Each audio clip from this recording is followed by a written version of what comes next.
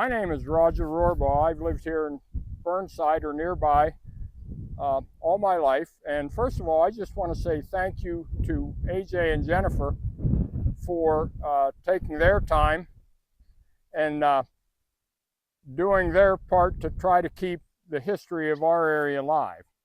And with that being said, I'd like to talk a little bit about the history of the town of Burnside. The borough of Burnside is located in the southwest corner of Clearfield County. Clearfield County, as you may know, was created in 1804 out of two larger counties, Lycoming and Huntington. And as the county began to grow, the large townships that the county was made up of began to divide up into smaller townships. The area around here at the beginning of the county was very sparsely populated, just a few settlers, some folks looking at the river and things, and there were very few people here. So there just wasn't very much here other than some very large forests. Slowly, there began to be a little bit of a settlement here, just a few cabins. I've often thought exactly what a settlement consists of. Sometimes it's merely just a cabin or two that can survive one winter, becomes a settlement. So there began to be a little bit of settlement here. And another thing that I've often thought of in communities is, why are these little towns here, or even larger towns? Why did they start? Why are they here? In this case, there were two reasons why. The very large, predominantly pine forest that covered this entire area, and the west branch of the Susquehanna River, which is right beside us here. Those are the two things that brought people here to begin with. This part of Pennsylvania was virtually unknown when the Commonwealth of Pennsylvania was first formed after the Revolutionary War. After that, actually in 1794, when they did the official surveys of the western part of Pennsylvania, there were large tracts of land that were owned by the Commonwealth. The Commonwealth of Pennsylvania then was land rich and money poor. They began to just sell the large tracts of land to speculators, mostly people with money from the eastern part of not even Pennsylvania, but the East Coast, who bought large tracts of land with the intent of selling it. Had no intention of settling here or improving any properties. Eventually, people began to buy the land here with the intent of improving it. And that's what slowly began to happen in this part of Clearfield County. Some of those early, I like to call them men of vision, that came and began to purchase land with the idea of doing improvements and living here. Some of those names were Irvin, Patchins, Connor, Weaver, Fulton, Kimes, Stauffer, Clark, and many others. They came and they began to buy some of that land with the intent of making homes. This entire area and all of Clearfield County and much of the central part of the state were covered with massive forests, an endless ocean of forest, predominantly white pine, hemlock, and other hardwoods, and then hardwood species. And these were ancient old trees, huge trees, 4 and 5 feet across the stump in diameter, 100 feet tall, massive forests of just unfathomable size compared as if the first people saw them. The story of Clearfield County and the story of Burnside really can be called the white pine story, because that's why these communities started. The timber that came from these places, or began to, the United States was young and growing, and it had an insatiable appetite for timber. All things were made out of wood. All the buildings, all the bridges, and very importantly, all the ships, all the seagoing vessels and the vessels on the rivers and lakes were all made out of wood. And Clearfield County, this area, had what seemed to be an inexhaustible supply of that wood. And the other thing that it had was the west branch of the Susquehanna River, which would become a virtual thoroughfare of commerce to market that timber. Originally, the few settlers were here just needed a little bit of clear land to grow a few crops. They needed a little bit of timber, building material. But as time went on, there became a commercial market for this timber. In order to get that timber to market at the other end of the Susquehanna River, which is hundreds of miles from here, the way that was devised, and this was not new technology, this has been going on in the New England states for many years, was to build rafts out of the pine timber. They cut the very large trees, and you have to think about this, many times farther and farther from the river, and those very large trees had to be brought to the riverbank and then built, hewn square by hand, and then built into rafts and put into the river and navigate the river the whole way to the Chesapeake Bay often. This got started, the commercial rafts, a commercial raft, one that was actually going to be sold to a customer down the river. The first commercial raft floated out of Cherry Tree, just up the river from here, in 1827. The second commercial raft that ever went down this river was floated out of Burnside about the same year by George Atchison, a native of Burnside. Now, George Atchison is a whole nother story. And so that we're not going to talk much about Mr. Atchison here because he's a whole story in of himself. But anyway, George Atchison was a pioneer here in Burnside, arrived here about 1820. Over the next dozen years or so, by about 1840, the timber industry was actually coming of its own. There began to be more settlements here, and more of the timber in the form of rafts being put into the river. By 1840, there was a little more going on here in Burnside. There was more building, and you could say that Burnside was really in the heart of the pine industry. This river, the west branch of the Susquehanna, got its name as a corruption of an Indian name, a Native American name, of some of the sub-tribes of the Iroquois Nation. Their name was something like Susquehanna. Far be it for me to try to pronounce an Indian name, a Native American name, I won't. Anyway, one way or another, that's how this river got its name. The Native Americans had many names for this river, and they used it all the time. It was their main avenue of thoroughfare and livelihood, as they all usually lived along it. One of those names was roughly translated means the long crooked water. And it certainly is a long crooked river.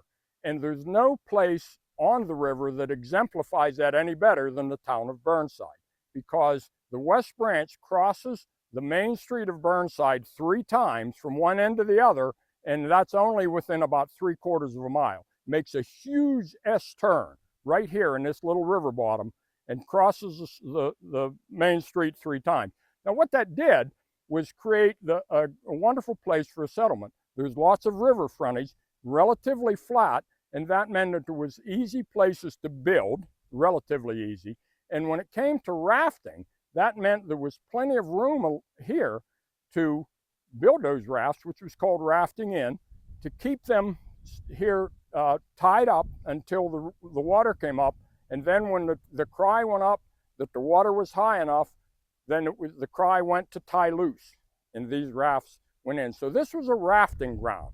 So in order to sustain that, you need farm ground too, to feed men and animals. And so a town began to grow. Just a few things. About 1820, which was rather early, there was a early settler named John Turner, who just south of here in a little stream, at the mouth of the stream as it goes into the river, built a dam, a small sawmill, and began to manufacture a little bit of forest product. And that little stream is known to this day as Sawmill Run. 1839, the first child was born in Burnside, Amanda Weaver. The house is no longer there, but it was just on the banks of the river near what is now the upper bridge. By about 1860, there were stores, grist mill, sawmill, post office, blacksmith shop, livery stables, and a Sunday school, which also doubled as a schoolhouse. If I can back up a bit, before 1835, this was part of Clearfield County. Where we are, this area around here was parts of both Chess Township and Pike Township. Chess Township had recently been created out of Beccaria Township, but as the population slowly grew, these areas wanted to be their own entity. They did not want to be part, these people that lived here didn't want to be part of a large landmass. They wanted their own. So Chess Township had created, and in the early 1830s, there were enough people living here that they wanted to have their own township. And so the citizens of this area they formed a group of people. They signed petitions, and they petitioned the Clearfield County Court to create a new township out of those existing townships. That eventually happened. There were several proposals of where those boundaries would be, and the group that, with their proposal that won out, got the blessing of the circuit judge at the time, whose name was Judge Burnside. So as a nod to him, they named this township Burnside Township, 1835. So they have their own entity. This is a township within Clearfield County. Things go on, things grow. By the 1870s, the mid-1870s was really the peak of the rafting era, because the timber by then, if you can picture this, is being cut farther and farther from the riverbanks. It's harder and harder to get that timber here, but they keep doing it. And then some other things changed. Large sawmills down the stream, Williamsport, which is famous, began to just buy logs. And so they began to float logs instead of rafts. It all happened at the same time. By the early 1870s, this town had grown enough that they began to want to be their own entity, not just a village. It was known as Burnside Town within Burnside Township. So in the early 1870s, the town fathers, people that lived here, began to make arrangements for that. And in about 1874, they petitioned Clearfield County to become a borough. And they had laid out where the boundaries would be taken out of Burnside Township. And so they petitioned the court. And on October 5th, 1874, the prayer of the petitioners was granted by the Clearfield County Court, and the Burnside town became the borough of Burnside, and it is so still today.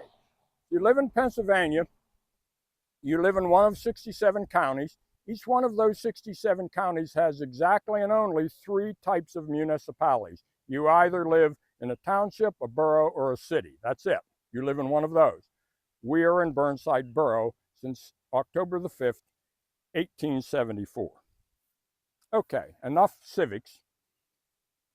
Behind me is the Horace Patchins Mansion. This house was built right around 1850. It's the Horace Patchins Mansion, but Horace Patchins did not build it. One of the early land speculators in this area, in fact, exactly in 1811, which was very early, was William Irvins from the Curransville, who was an Irish immigrant who had made his headquarters in Curransville, but this land was for sale. He bought a large acreage of what is now Burnside and began to develop it here. Eventually, he and his sons, William and John and Matthew, this land just, and you could see it if it weren't for the trees, built a large dam on the river. Across on the south bank of the river, they built a rather large sawmill. Right here, which right beside us, there was a large grist mill that they built right there. And these were water powered out of the same dam, the sawmill and the grist mill. The Irvins operated these enterprises for not too many years, and they decided to move on to other pastures. And by then, the Patchins, who had settled near here in the town, well, the town of Patchinville, John Patchin was a major player in the timber industry. In fact, he was known as the Spar King. He was an aggressive entrepreneur, and he refined the art of sending rafts down the river. One of his sons bought out the Irvins, including this mansion behind me, and moved there and operated the sawmill and the grist mill and owned much of this land. So this house stayed in the Patchin family until 1964. A little side note, that grist mill operated for a long, long time. One of the Irvins, Matthew Jr., Matt he was known as, built a house that I'm looking at right here. That house is as old as this one, about 1860. And Matt Irvin built that house, bought the grist mill, and operated it up into the early 1900s, and then sold it to the McCardle family. That grist mill operated continuously to 1932 when it was destroyed by fire. On a personal note, Matt Irvin's daughter married my great uncle. So I will just have to put that in there. By the time Burnside had become a borough through the 1870s, 80s, 90s, this was a very prosperous town. The timber industry was booming. The town of Burnside had a hotel, a number of stores, a bank, a skating rink, a pot bottling works, soda bottling works, and it was a very thriving community. And then all that began to change, as did most places in this region. The rafting was slowing down because the big timber had been cut. The log drives, cutting all the rest of the timber into logs and putting them in the river, floating them to Williamsport and Lock Haven and Point South. They cut all the timber. If you see photographs of any of these hills about that era, 1880, 90, 1900, there are really no trees. These hardworking timbermen really worked themselves out of a job. The timber industry collapsed because there was no resource. And so with that, things changed drastically. And you have to remember, at that point in time, these were all local economies. You could not drive anywhere to get work. You had to live where your work was. And if there was no timber here, then something else was going to have to take place. There's an old rafting poem, and the last verse says, "Our rafting days are over, but they left us in a hole, so the rising generation has gone to shovel coal." The coal industry began to be developed about then. There had always been little coal mines to just supply local needs, but with the advent of technology and better prospecting methods, there began to develop very large coal mines. Unfortunately, Burnside sits on a geological anomaly where there's very little coal right here. Over on this hill to my left, they opened mines in about 1900 that struggled along for about 15 or 20 years, didn't make much coal. Those miners came and went, and for the people of Burnside, there was very little to take up the slack. Many people moved away. There was just no work here. And so Burnside never regained its heyday from the timber industry. Once the pine trees were gone, so went the town.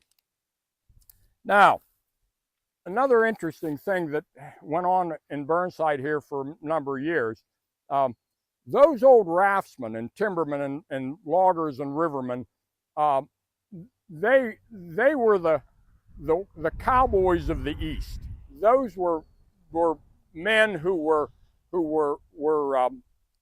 tough and rugged, lived a dangerous life. They were devil-may-care, and that era came and went rather quickly. But those gentlemen, many of them getting up in years, of course, could never forget those days. And they would get together and have a reunion. So they created what was called the Raftsmen's Reunion. In the 1920s, they had them here or there or wherever. By about 1930, they decided that Burnside, Pennsylvania was the place to have the Raftsmen's Reunion. It was in the heart of the White Pine country. Everybody knew it. The old raftsmen, when they came from upriver, this stretch of the river was known as the Burnside Bends, and everybody knew it. So they began, one of the founding families here in Burnside, the Connors, who's one house up still there. They're the ones that had the bottling works and many other businesses. John Connor bought some acreage back here beside in the bend of the river and created a park, and there they had the Raftsmen's Reunion beginning in 1932. Thousands of people attended this. Old-time raftsmen and rivermen from all over the state came here and stayed for days. There were carnivals, there were ball games, there were boxing matches, there were singing groups, carnival rides. This was a huge event, and I can't say this for sure because I wasn't here, but there were even rumors that there were bootleggers here. Can't prove that.